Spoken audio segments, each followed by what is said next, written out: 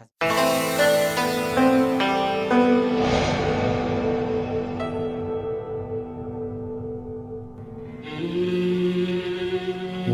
ترین بخش رسالت پیامبر اعظم حسین است. حسین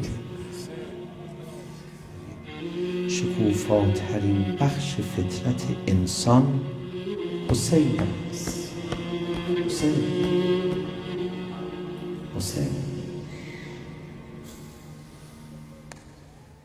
آنجایی که میلی به حقیقت پیدا کرده ای اما نسوختی نگداختی، هنوز نور وارد قلبت نشده است. فطرت اگر شکوفا بشود آتش میزند.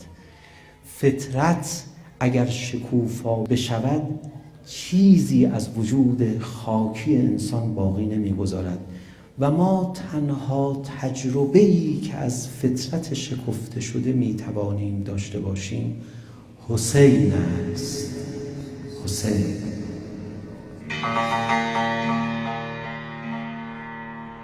میگه آقا یه چیزی رو زیاد حرفشو بزنی از چشم آدم میفته، زیاد تکرار بشه از چشم آدم میفته.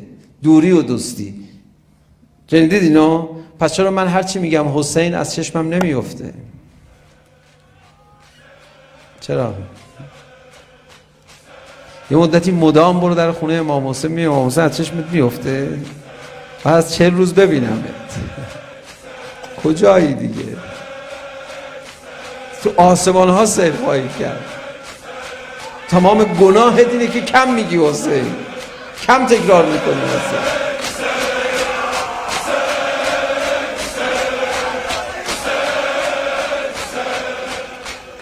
سوال نکن دیگه، چرا حسین شکوفاترین بخش فطرت انسان است؟ به خاطر اون زخمهایی که گلهایی رو در روی بدن حسین شکوفه زد، اون شکوفه ها که بر بدن حسین میزد، هر یک از این شکوفه ها رو برای شکفتن قلب شما به شما هدیه کرد حسین. این زخمه ها و شکفته های بدن حسین بود که برای شکفتن قلب شما به شما هدیه میدهد. شما فکر کنید الان در کنار اشکی که میریزید، چون امام حسین بدن مطهرشون تیر باران شد دوستش دارید براش گریه میکنید، یا چون حسین را نمیدانم به چه دلیلی دوست دارم وقتی میشنوم تیرها به سمت او نشانه رفته اند برای او آتیش میگیره؟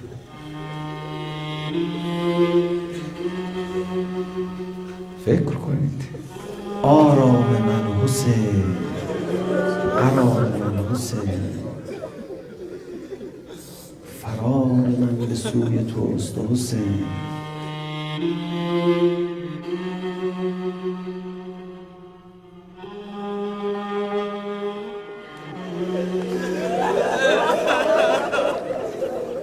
میخوای بفهمی برای چی خلق شدی؟ برو کنار ذریح حسین بنشین، یه آه عمیق میکشی، میگه خدا ممنونتم منو خلقم کردی. الان به خودم رسیدم. مجلس عزا مجلس شکوفایی فطرت ماست، به همین دلیل لذت میبریم، لذتی که اهل عیش و نوش در عالم نمیبرن. شما که نه امام حسین رو دیدید، نه صدای نازنین رو شنیدید، نه قربت او رو از نزدیک چشیدید، اینجوری برای امام حسین دارید اشک میریزید. حق داشت مسلم ابن عقیل بالای زار زار